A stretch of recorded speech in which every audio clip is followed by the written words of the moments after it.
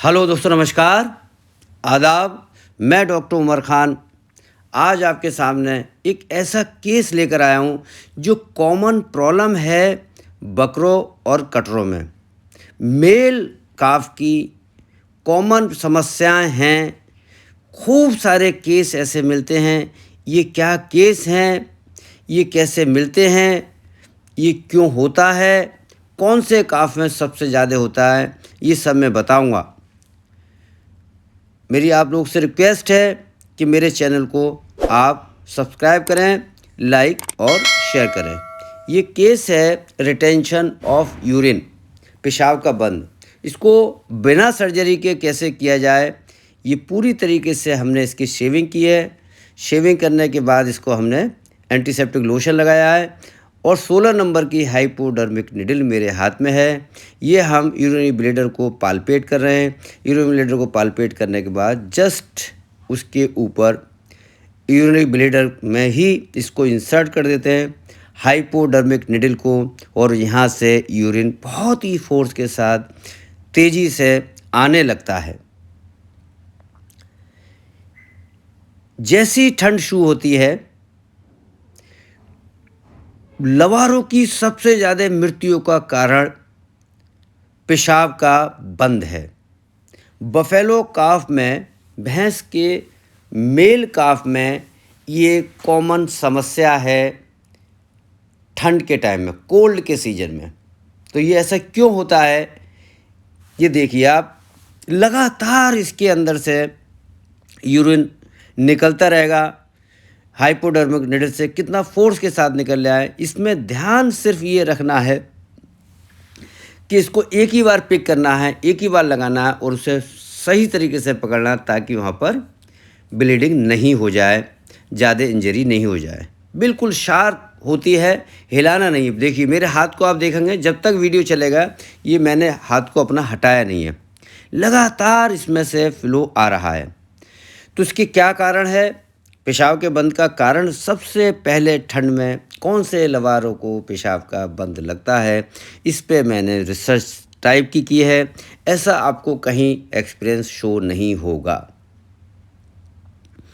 लगभग 2000 के आसपास मैंने रिटेंशन ऑफ यूरिन के केस की सर्जरी की है, और हर सर्जरी, जिस केस की सर्जरी करी, 99% एक जैसे लवारों में ये पेशाब का बंद पाया गया।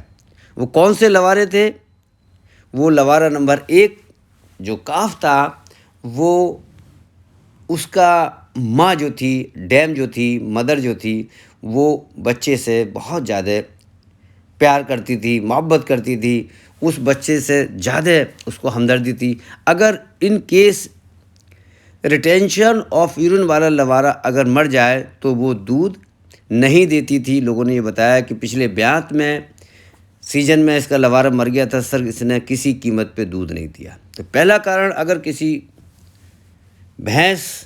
कोई भैंस है और वो भैंस बच्चे से ज़्यादा लगाव रखती है और ठंड का सीज़न है, तो पेशाब का बंद हो सकता है। एक वो लवारा, वो काफ जिसको अत्यधिक दूध पिलाया गया होगा, या उस लवारे ने 2 भैंसों का दूध पिया होगा, उसको बंद लगेगा। वो लवारा जिसकी ग्रोथ नॉर्मल से ज़्यादा होगी, जैसे 2 महीने का होगा तो 4 महीने का दिखाई देगा, तो समझ लेना कि इसको पेशाब का बंद लगने की संभावना सबसे ज़्यादा है। कितनी तेज़ी से फ्लो आ रहा है देखिए आप। और ख़ास बात ये देखी गई कि जिस भैंस के लवारा जो भी ठंड में, नवंबर या दिसंबर या जनवरी में, जिसकी एज 2.5 या 3 साल है, वो भैंस ने बच्चा इस साल दिया है, इस साल भी बंद लगेगा लवारे को, और अगले साल भी अगर उसी टाइम में, उसी सीजन में भैंस ब्याएगी तब भी, और मेल काफ होगा तो पेशाब का बंद लगेगा।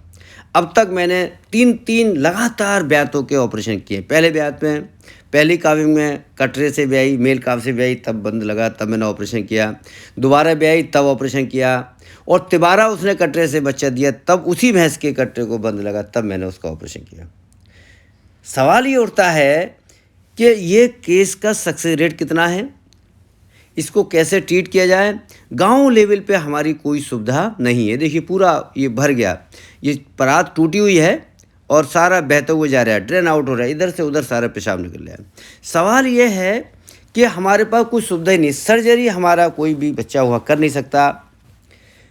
तो सर्जरी से कैसे बचा जाए? 50% रिजल्ट इसके इस विधि के द्वारा आते हैं कि आपको अगर ये लगता है पेशाब का बंद लग गया पूरी तरीके से, तो उसको इस तरीके से आपको पेशाब ड्रेन करना है, यूरिन को निकालना है और फिर 3 दिन तक कुछ नहीं करना, नॉर्मल खाता पीता रहेगा। 3, 4 या 5 दिन के बाद जब आपको लगे ज़्यादा परेशान है, फिर आपको ड्रेन आउट करना है।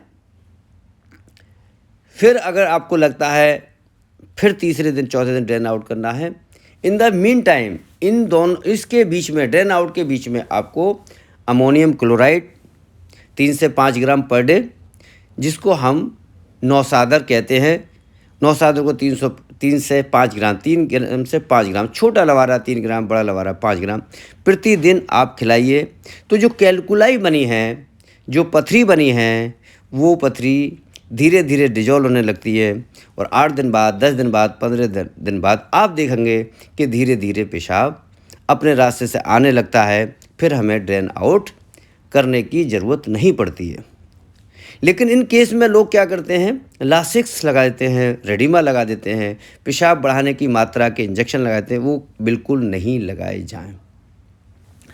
ऐसे जब आप पेशाब निकालेंगे तो आपको ध्यान रखना है कि एक इंजेक्शन लगा दीजिए एंटीबायोटिक मोनोसेफ 1 ग्राम, नहीं तो आप मॉक्सिकाइंड सीवी की 625 ग्राम की गोली आती है, उस गोली को पर डे खिलाते रहिए। आप बीडी खिलाएंगे तो ज़्यादा फ़ायदा होगा। मॉक्सिकाइंड सीवी 650 ग्राम की टैबलेट आती है, उसको आप सुबह शाम, एंटीबायोटिक होती है, इसलिए खिलाएंगे कि जो थोड़ा बहुत इन्फेक्शन हमारे द्वारा पहुंच रहा है, यूरिनरी ब्लैडर में ही पहुंच रहा है, तो उससे उसका प्रोटेक्शन हो पाए। 7 दिन तक दीजिए आप इसको, ताकि सूजन भी नहीं आएगी और इन्फेक्शन भी नहीं होगा। तो ये ठंड में बंद लगने का कारण ये है कि ठंड में बच्चा पानी कम पीता है, इनटेक ऑफ वाटर बहुत कम हो जाता है ठंड में। दूसरा कारण क्या है, सबसे ज़्यादा लोग इसमें दलिया, चोकर, रातब खिलाते। केस हिस्ट्री में मिला उन्हीं लवारों को बंद लगेगा जिन बच्चों को लोग ज़्यादा चोकर खिलाते हैं। उसकी ग्रोथ करने के लिए बहुत ज़्यादा चोकर खिलाते हैं। तो चोकर में ऐसी कौन सी चीज़ है, गेहूं के दलिए में ऐसी कौन सी चीज़ है जिससे पेशाब का बंद लगता है? उसके अंदर पर्याप्त मात्रा में फास्फोरस पाया जाता है। जब फास्फोरस की मात्रा बढ़ जाती है तो क्या होता है, कैलकुलाई फॉर्मेशन, स्टोन बनने लगते हैं। और हर एक सर्जरी मैंने जितनी भी की है, 99.99% स्टोन उसमें मिली है। या तो यूरिनरी ब्लैडर में बहुत सारी स्टोन मिली हैं, या फिर यूरोथ्रा के रास्ता, जो पेशाब की नली का रास्ता होता है, उसमें स्टोन मिली हैं। स्टोन मिलती ही मिलती हैं। तो जब आप फास्फोरस देंगे ज़्यादा तो उसमें वो बनेंगी। तो आपको चाहिए कि आप ठंड के समय में जब पानी कम पीता है लवारा, तो दलिया, चोकर कम से कम लवारों को दिया जाए, और उन लवारों को तो बहुत कम दिया जाए जो ज़्यादा दूध जो पिलाते हैं, अच्छे से पालते हैं। प्रिकॉशन ये है कि लवारे को बंद ना लगे, तो अमोनियम क्लोराइड और नौसादर जब तक ठंड रहती है तो हर तीसरे दिन 3 से 5 ग्राम नौसादर अगर आप खिलाते रहेंगे, अमोनियम क्लोराइड खिलाते रहेंगे, तो आपके लवारे को बंद नहीं लगेगा। ये मेरा ऐसा बहुत सारे केस में मैंने देखा है। जो लोग कहते हैं ये देख रहा है कितना फ्लो में आ रहा है, उसको आप हर तीसरे दिन अमोनियम क्लोराइड नौसादर खिलाते रहें और आप अपने लवारे को पेशाब के बंद से मुक्ति दिलाते रहें। एक बार पेशाब का बंद लग गया तो फिर बचना बहुत ही मुश्किल हो जाता है, क्योंकि पेशाब का बंद ही जानलेवा बीमारी है। चूँकि वो फिजिकल चोकिंग होती है, पथरी बन जाती हैं और पथरी उसके अंदर फंस जाती हैं, इसलिए पेशाब नहीं कर पाता। ये लगातार कंटिन्यूएशन में मैं आपको दिखा रहा हूँ, लगातार 20 मिनट इसके अंदर से पेशाब निकला है। मैंने तो 12-13 मिनट की आपको दिखाऊंगा। बहुत देर तक, लगभग 5 से 6 लीटर यूरिन इसके यूरिनरी ब्लैडर में भरा है और ये पूरा निकल रहा है। अगर ऐसा पेट फूल जाता है तो मेरा जो लोग ट्रीटमेंट करने वाले हैं उनको सजेशन है कि इसको आप ट्रॉकर कैनुला आता है। अगर बहुत पेट फूला है तो ट्रैकर को कैनुला से निकालें, जल्दी निकलेगा। नहीं तो 16 नंबर के निडल से निकालें, तब भी इसको ये निकल जाएगा। बहुत बढ़िया से आप चारपाई पे लिटाइए, शेविंग कीजिए, एंटीसेप्टिक लोशन लगाइए और इस तरीके से निकालिए। एंटीबायोटिक का कोर्स या तो आप इंजेक्शन से या आपको टैबलेट से, टैबलेट भी लगा सकते हैं और आप इसको इंजेक्शन भी खिला सकते हैं।